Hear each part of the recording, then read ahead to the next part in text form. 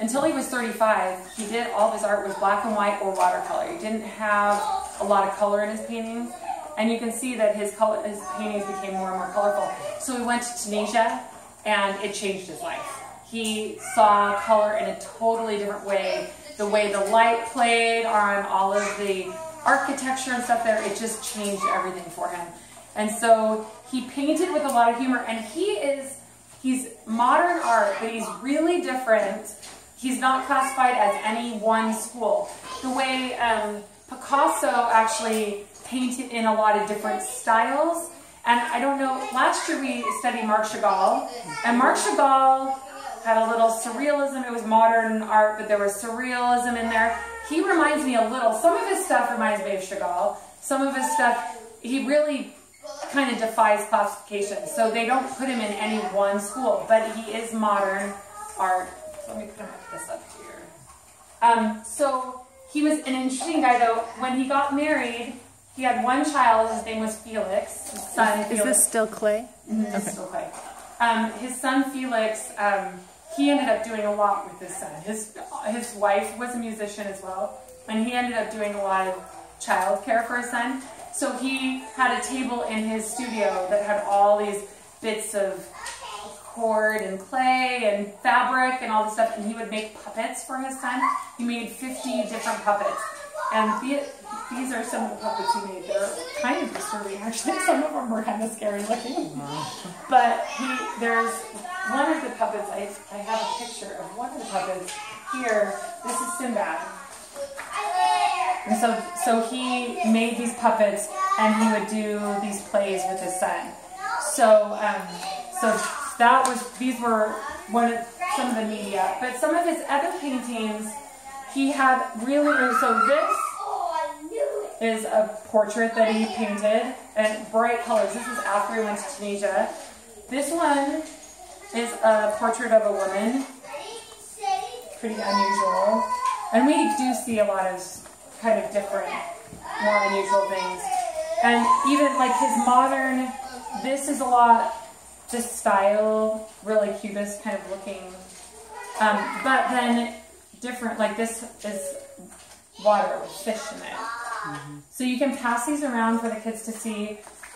They're all really different. Like this one here reminds me a lot of Chagall. Coloring and everything. It's even the face. Yeah, the face does Chagall too. But this is another one of his.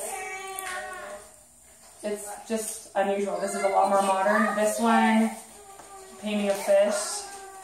It's just like, there's not really, it's all of his stuff, if you go back through, it's modern, but unusual. Like some of the colors are really bright, some of them not. The first few I printed out were all like oranges, and then I found a bunch of different ones that were different.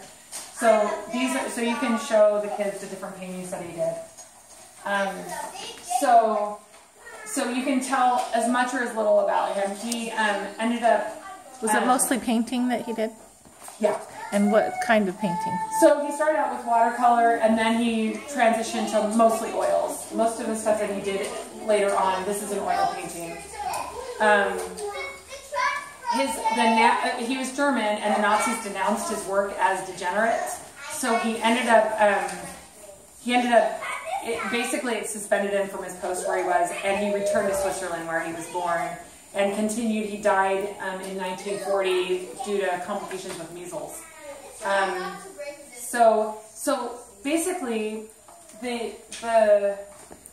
you can give as much or as little about this, and if you look at the lesson plan isn't super detailed. The Fame 1 book, if you look at it, it's not as detailed and straightforward as previous books. Fame 6, I think it just because the way the person wrote it. So the art project that they suggest that you do, so you can do different things. What I ended up doing is I put together, you can have the kids, so about the painting, the big thing they want to point out in this painting is the contrast of color, that you've got this dark backdrop and you've got bright shapes in front. And so you can have them kind of dim the lights and have them look at these two and show how the light one really stands out compared to the other one. So that's why he's in this dark background, you have shapes coming out because you've got the dark and the contrast between the dark and the light. So you can go through the different elements of art. In this, there isn't a lot of shading because it's modern art. You won't have, but you can have them go through, those of them that have, that on kindergarten, they'll remember the color. So the color is really big in this. For him, color was huge. And light and shadow, there's not a lot of light and shadow in it because you don't have like gradations, but you will, if they want to go from really bright here and it goes kind of to shadow at the outside.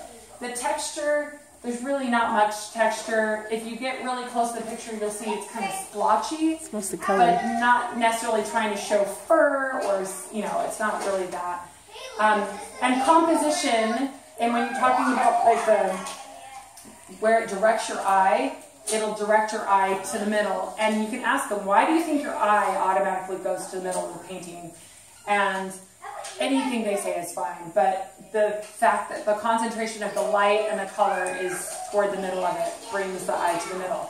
So their idea for an art project is it's not my favorite. For the little kids, they suggest that you cut out a bunch of shapes in bright colors of paper, and then have them arrange them on the paper. For the older kids, they suggest that you give them some color paper and they cut the shapes themselves and put them together into a composition. So you can have them kind of do that on this. They say like you can have to show them on this paper. I'm going to put some Velcro on the back of this. Actually, they said, whatever. I'll put that on the back, and then the kids can kind of put together that up here. You can have them, if you don't want to have them do the art project themselves, they can do that. Another idea they said is if you could use this as a backdrop and create puppets for them and have them act out Sinbad on the backdrop here as a drama activity instead of doing the art project. So it's up to you. I'm not going to, I debated about this, I'm not going to cut out a bunch of shapes for everyone to do it.